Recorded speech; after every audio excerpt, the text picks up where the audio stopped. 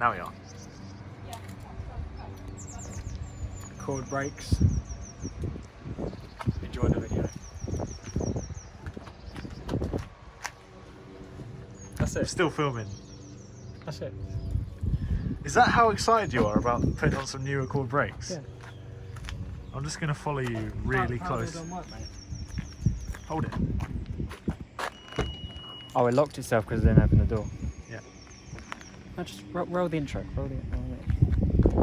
Still 30 seconds, man. I'm waiting for some more energy. Right, we're putting in, look. Right, okay, fine. Roll in the intro.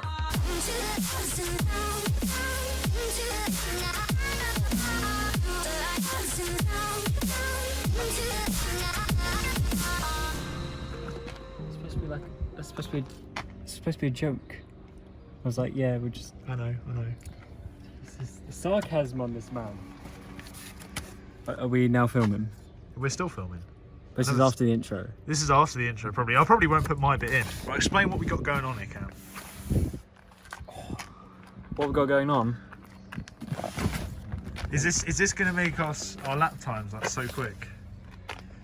This is going to save our lives, actually. Yeah, this is going to save our lives for two ways.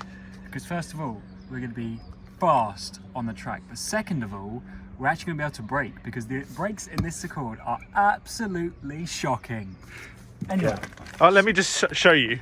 So you can see a little bit of rust build up on the rear brake. I mean, nothing actually that stops the rear brakes. The rear brakes are actually okay. I'd probably leave them as is, but the front brakes, especially this side, we will show you when we get them off. But when we put them back on, it was almost touching the back plate, wasn't it? Oh yeah, it was. Yeah. I drove this a couple of times last week. And I'm like, nah. Yeah, it's a bit of you touch the brake and it carries on going. It carries on going. But also, interesting. I've noticed they put the weight of these packages at 1 kilo. Now I'm sorry. If you've ever.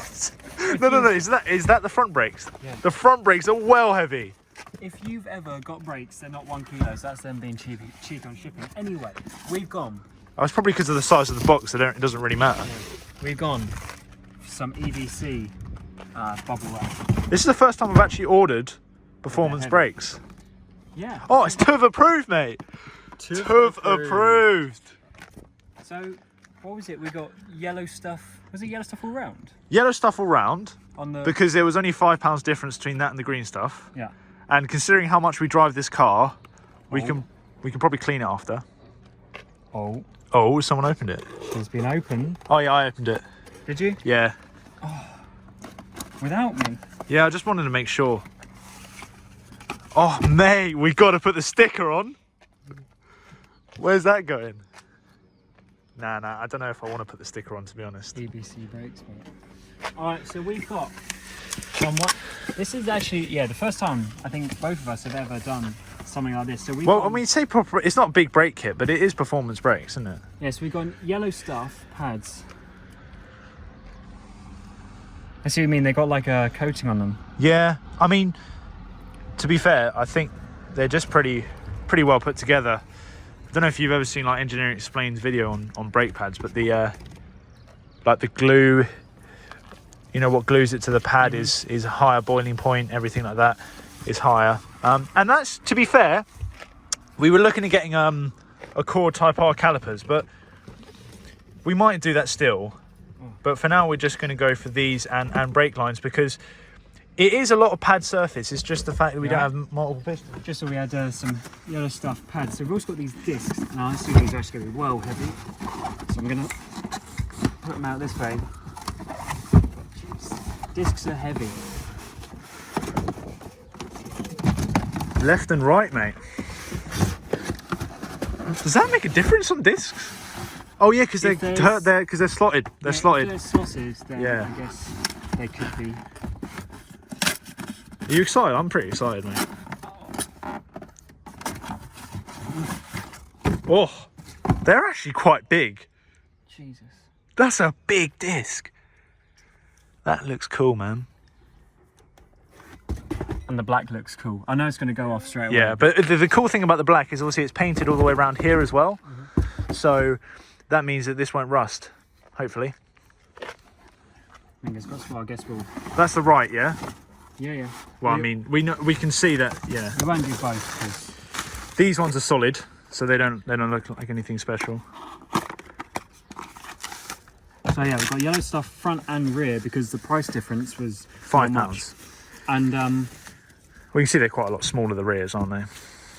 I can't remember exactly off the top of my head, but it was green then yellow, right? Yeah, green is like your no.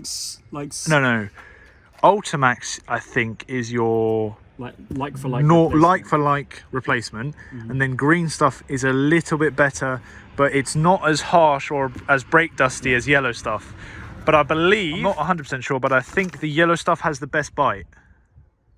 I think, but you know, we'll find out. But anyway, they're basically they're slightly upgraded, so we'll see how they go. This is our first proper time doing upgraded brakes on one of our cars. And how much was all this again? 400 quid. But, well, a bit more than 400, including the brake lines. But I would prefer to pay that. Stainless steel brake lines coming as well. I'd prefer to pay the 400 and actually stop because these brakes are... Well, mind you, if we had Honda brakes, they probably would have been fine, but you know, why not have the little bit of an upgrade? But they look quite meaty. I mean, that's just the hub, obviously, but that's quite a decent amount of stopping power there, and you can obviously see from the rear size there was not much need to upgrade that. Anyway, plan of action is, so we'll start at the rear first. Jack up your car.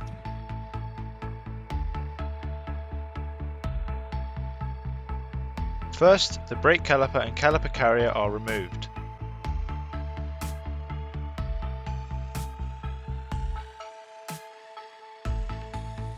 Then we encountered our first problem. So, into the first issue we go, as with always, when you take these things off the retaining screws just don't come out. So, now we're going to have to go at that. So that's what the coup is now. And there's no point filming this because this takes a while. Alright, so we are done. Might as well take them off. Completely finished on this side. So I had to use a nice drill bit in the end. And then we got her off. So those holes there, had to drill them out, and you can see left in there we've still got the remnants. So yeah, we still got the rest here, so we're gonna need to pull them out or something, or spin them out, I mean. But yeah, she's off. But that's what happens with those retaining screws sometimes. And yeah, our brake shoes are actually a little bit worn, so Alex, we might have to do them. Nah, they only do the parking brake, so our parking brake still works fine, so we can do that another day. The last thing we want is that binding when on the track. Yeah, true. Wheel bearing seems decent. So let's get this new brake disc on.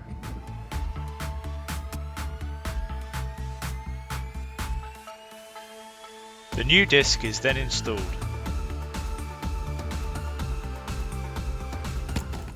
Right, so Cameron is now getting on this side. I've already done the other side, but obviously Cameron's just taken ages. I don't know why it took ages to take those screws out, even though technically I started on the side. Because your screws are fine, which is why we put one on this side. We didn't do them tight. There's no need to do them tight. They're literally held on by the wheel anyway, so it's fine. So now we're going to put this back on. Happy days. Push the piston back, put the new pads on, pump the brakes to lower the master cylinder a bit more because it's getting a bit high. And that should be it. Pretty simple stuff, brakes and discs and pads. You know, I'd say it's probably the best thing to start with if you haven't done much on a car. But the only thing you've got to be aware of is those brake retaining screws can be a... I need your tools, mate. Rhymes with shunt.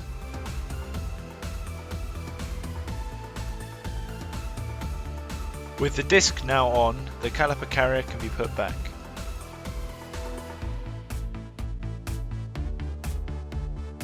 As for the caliper, the piston is returned to allow space for the new discs and pads.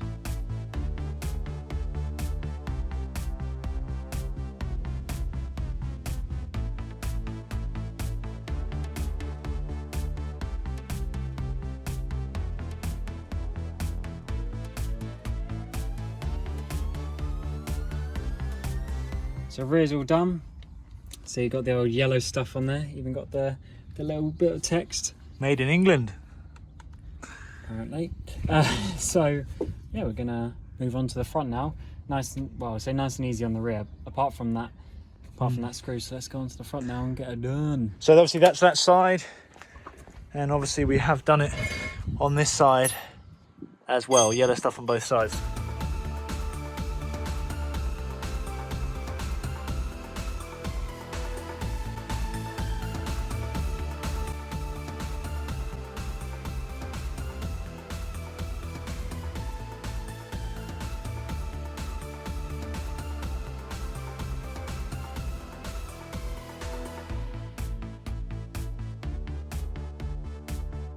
The process on the front of the car is identical to the back, the only differences being the size and the absence of a parking brake.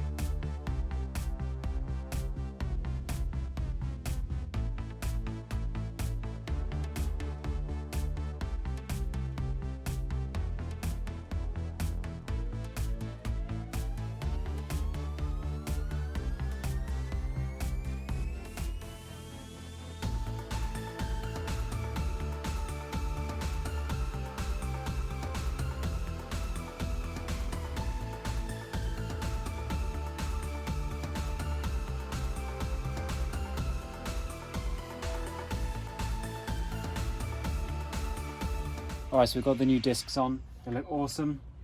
First time actually I've had like these slotted and grooved ones. Everyone always argues whether this should go that way or the other way.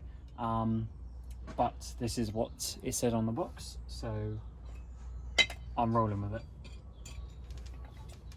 So we've already put the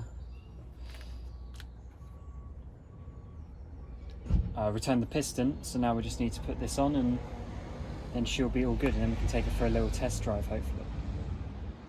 We are going to be painting the calipers in this caliper bracket, but we've got to take this off anyway when we get the braided lines, but we've just got a day today to do this, so we decided that's what we'll do. Yeah. So we're going to be doing the brake lines. We've got braided brake lines coming, but they're not here yet unfortunately because well, they were coming in a different order to the actual brakes themselves. So we're going to have to take it off anyway. It might seem a bit silly to do this twice, but the brakes really need to be done. And I'm working a lot at the moment, so the odd day that we get here and there to do things is quite important. When the new pads are installed, copper grease is applied to help prevent brake squeals and any binding. So let's tighten this back up, and then we'll see what she's like to drive. I'm a little bit almost skeptical of this because this is the first time I've ever actually done upgraded brakes. I've only ever done, you know, OEM stock replacement ones, and these are obviously a bit of an upgrade.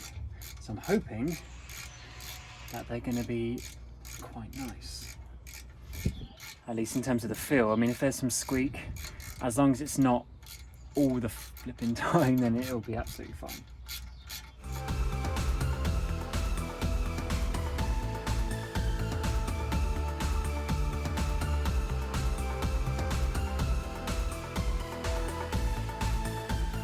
Tell you what, with these yellow stuff pads, we might go yellow brakes, because that is many things going on right now.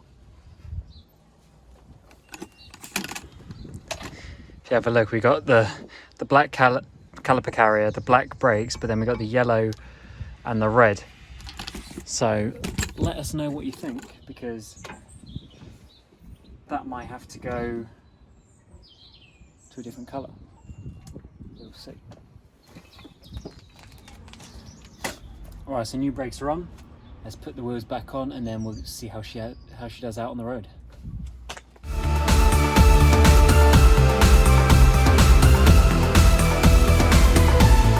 Alright, so we're now inside the car. Alex has had to go to do something, so I'm going to take it out for the first drive. I'm a little bit nervous because it's the first time I've ever done a full.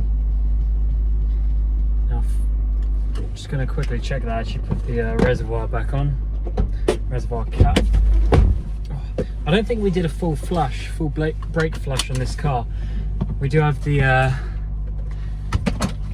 yeah, we do have the fluid still here, so we do have that to do now that we've done them. I'm going to wait till Alex is here for that. It's way easier with two people. Alright, well, they're at least working a little bit. They are massively grabbing. So let's see how this goes. Now I'm going to go back. I'm going to jack it up and just quickly check that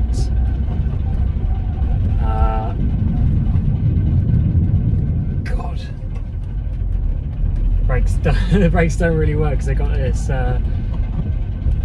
coating on them. Alright, so we're now back in. I quickly jacked up the car, bent back the what do you call it, the dust cover, and now let's see if it's rubbing. Yeah, that ticking's gone, so that must have been what it was.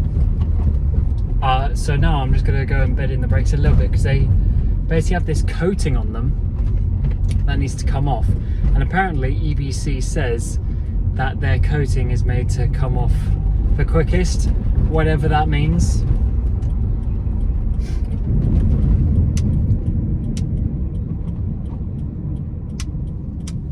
Doesn't sound nice.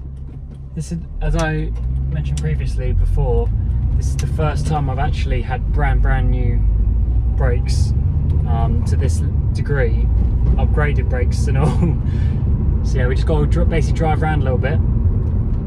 It says you have to that the noise will continue for about 50 to 100 miles, which is quite a lot. You know, you can't just go and do that. You have to sort of have a plan, have a mission to go and do that. So let's just see where we get to. So I'm not going to go that fast because the braking distance is significantly reduced like this, and also we do still need to do the brake fluid adjustment, or change I should say. Now people will argue all day long about what the best or worst braking procedure is going to be, and I'm just going to basically go drive around, do some, you know, average driving, a couple of stops here and there where necessary, nothing.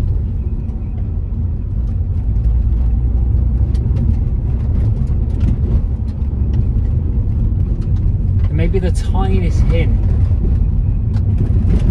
of the brake whatever they're called, covers, might be the tiniest hint of that.